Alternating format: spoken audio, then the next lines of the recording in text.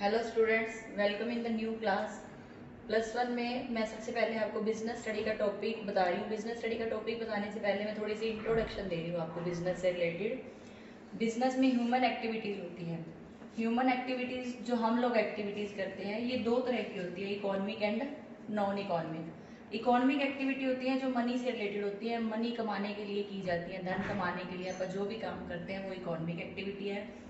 और जो बिना धन कमाने के लिए, जैसे हम सोशल सर्विस करते हैं या धर्म का कोई काम कर रहे हैं, मंदिर में जो पंडित काम कर रहे हैं, ये सारे क्या है, नॉन इकोनॉमिक एक्टिविटी है। इकोनॉमिक एक्टिविटी है वैसे तो मैंने तुम्हें कल बता दिया था, फिर भी रिपीट कर रही हूँ कि ये 3 टाइप्स की होती है। मनी कमाने के लिए हम 3 तरह के बिजनेस करते हैं, या तो हम खुद का बिजनेस करते हैं या प्रोफेशन करते हैं। प्रोफेशन के लिए स्पेशल नॉलेज होनी चाहिए। ये टॉपिक मैंने तुम्हें कल करवा दिया था, इसका मीनिंग एंड फीचर्स। आज मैं तुम्हें करवा रही हूँ प्रोफेशन का मीनिंग एंड इसके फीचर्स। और इसके अलावा एम्प्लॉयमेंट होता है। एम्प्लॉयमेंट का मीनिंग होता है किसी के अंडर वर्क करना। तो अब इसको एक्सप्लेन करूंगी मैं आपको, इसको अच्छे से समझना। आप समझ के इसको कॉपी पे नोट भी करना है आपने। अब प्रोफेशन का मीनिंग क्या होता है? प्रोफेशन का मतलब है कि जो भी प्रोफेशन कर रहा है उसको अपनी स्पेशल नॉलेज होनी चाहिए। जो भी वो काम कर रहा है उस फील्ड में वो एक्सपर्ट होना चाहिए। जैसे टीचर है, मैं तुम्हें टीच कर रही हूँ तो मुझे अपने सब्जेक्ट की नॉलेज है। ऐसे ही डॉक्टर को डॉक्टरी की नॉलेज है, लॉयर को अपने लॉयर से रिलेटेड सारी नॉलेज है। तो प्रोफेशन क्या होता है? प्रोफेशन वही कर सकता है जिसको स्पेशल नॉलेज हो। लेकिन बिजनेस के लिए एक्सपीरियंस चाहिए, स्टडी की ज़रूरत नहीं है, डिग्री की ज़रूरत नहीं है। प्रोफेशन के लिए स्टडी और डिग्री कंपलसरी है। तो प्रोफेशन क्या है? It refers to that economic activity which is conducted by a person having special knowledge and skill. मतलब वही पर सबसे पहले इकोनॉमिक एक्टिविटी का मतलब, चाहे प्रोफेशन है चाहे बिजनेस है, मनी कमाने के लिए किया जा रहा है। और जो भी पर्सन इसको करता है उसमें स्पेशल नॉलेज और स्किल होनी चाहिए, which is use to serve the various section of the society. और इस नॉलेज को, इस स्किल को वो सर्विस देने में यूज करता है। मैं तुम्हें कोई गुड्स नहीं बेच रही, मैं तुम्हें सर्विस दे रही हूँ अपनी टीच करके। डॉक्टर तुम्हें सर्विस देता है, लॉयर तुम्हें सर्विस देता है। तो प्रोफेशन में हमेशा सर्विस दी जाती है। अभी मैंने मीनिंग बताया आपको, उसी में से उसकी फीचर्स बनेगी।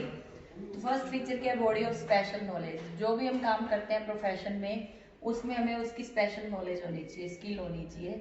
एक सिंपल पर्सन अगर कहे कि मैं प्रोफेशन करूंगा तो वो नहीं कर सकता, क्योंकि उसके लिए स्पेशल नॉलेज होनी चाहिए पर्टिकुलर सब्जेक्ट से रिलेटेड जो भी आप काम करते हो।